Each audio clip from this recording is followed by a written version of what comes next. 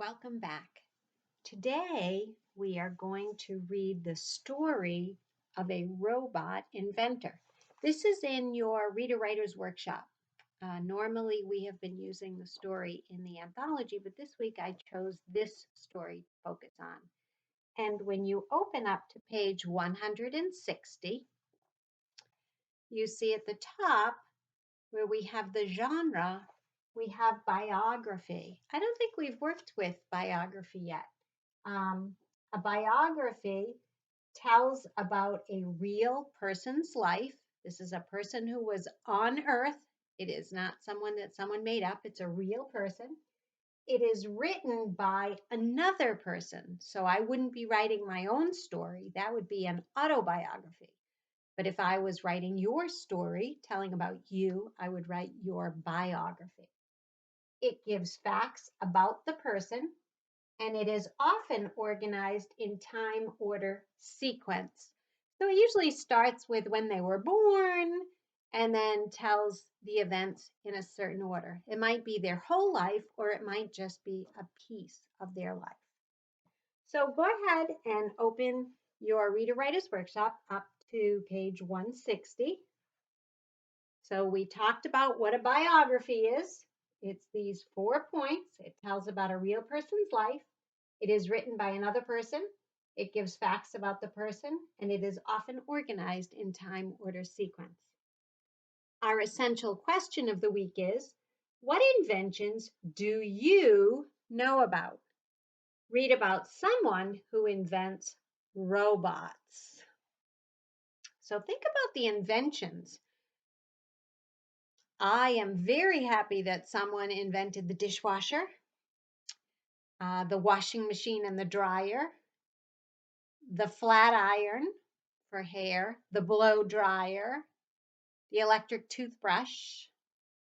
I love the invention of scissors. Think about how many little things we do during the day, all these inventions that not just machines, but things that we have that we use every single day. The ballpoint pen, the eraser, the whiteboard, the computer, lots of inventions. So you should have your story open. It is the story of a robot inventor. Turn to page 162.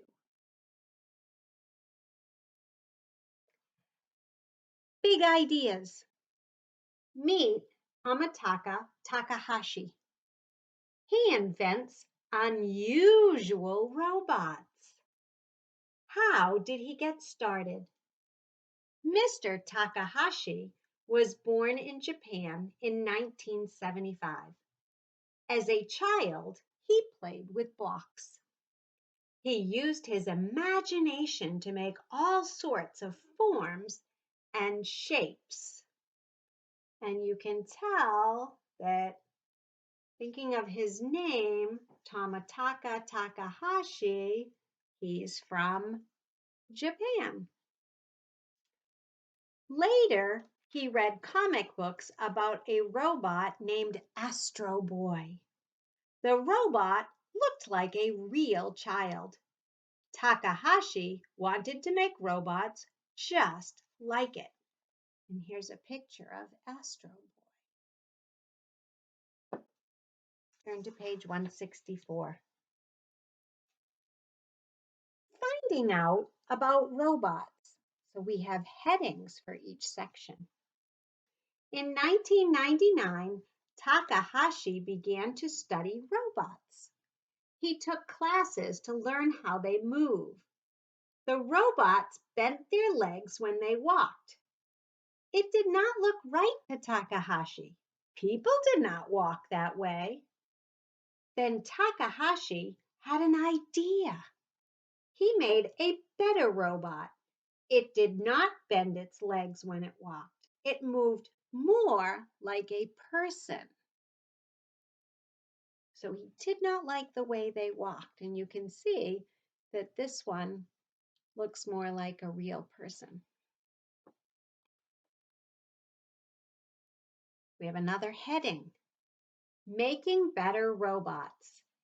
In 2003, Takahashi started his own company. He made many robots.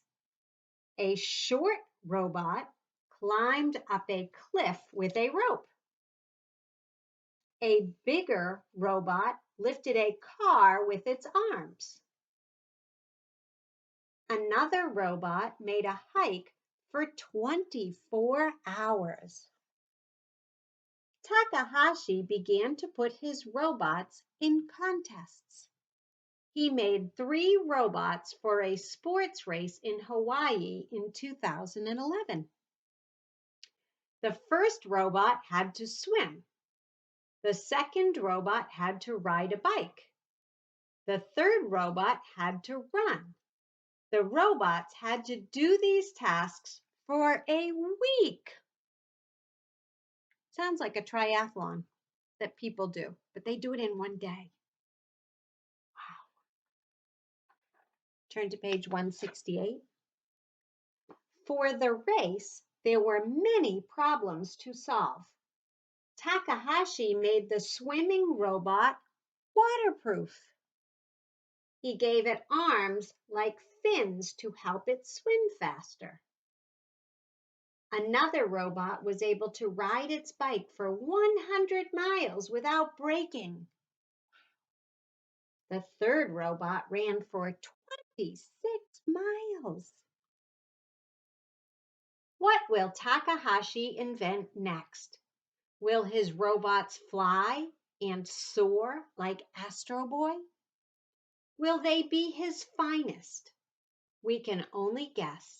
We must wait and see. Tomotaga Takahashi is sure of one thing. His robots will do more and more. Make connections. I want you to be thinking about this week. What kind of robot would you like to invent? Like, what would it do? Be thinking about all the things that we have, all the things we like to do. What's missing? What do you think? We'll talk about it later in the week. For now, I want you to sit down and I want you to reread this story. You can read it to an adult, to a pet, to a stuffed animal, a younger child, an older child in your family. It's up to you. But just like we would normally do in the classroom, where I read the story to you and then you read the story to me, I would like you to read the story again. Talk to you later. Bye.